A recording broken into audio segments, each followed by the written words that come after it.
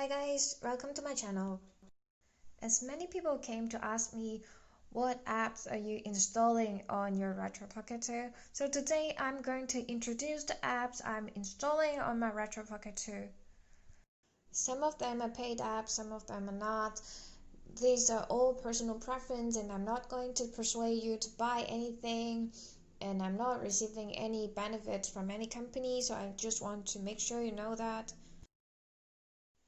So here's the first one. The first one I'm going to talk about is Drastic DS emulator, which has been mentioned in my channel for a few times already.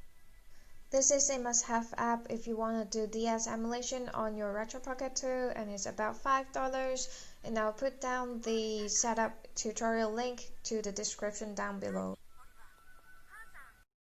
The next one is my old boy. This is for Game Boy and Game Boy Color emulation. I didn't just buy it for my Retroid Pocket 2, but for my other devices as well. You probably need this if you want to do linked emulation. The next one is my boy, which is a Game Boy Advance version of my old boy, and I've been using it for years, and it's also a paid app. It can upload your saves to Google Drive, so it is really handy in a sense. The next one is ATP Launcher Pro. I'm not just using it on Retroid Pocket 2, I'm using it on my other device as well. You will not be able to hide the apps you don't need in the free version, so I kind of consider to buy the Pro version. This is how it looks like on my device.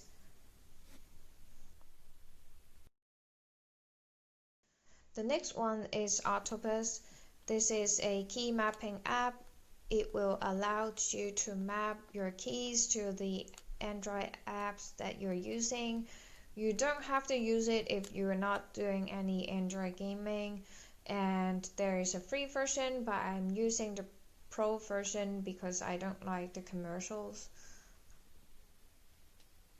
You have to launch the games that you have mapped from Octopus in order to make it work. I'm going to make a separate tutorial on the key mappings of Octopus because it's kind of tricky, so you can keep an eye on that.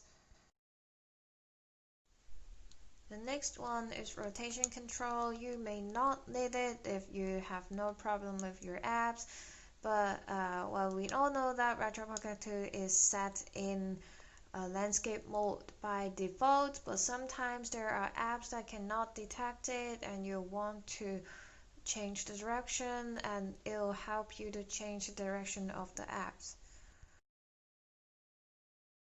The next one is Stardew Valley. It is a very famous game that I think you probably know. You need mouse mode to press load in the start menu, but you'll be fine to use your keys to control all over the game. The loading may take some time, but it is overall a really nice game to play on Retroid Pocket 2, and I really like it here. I'm not really going to play a lot of Android games here because, well, in my sixth suggestion, that game, it takes up like 1 gigahertz of memory. I don't really have the memory to install other games, but I have seen people using Minecraft or FF9. They run well, and probably there are some other apps, but I'm just not going to run a lot of Android games here because the system is kind of old, and I think it is probably not fast enough to run. Last one, I'm not going to go to the details of Super 64 because I've been making 2 videos on it already.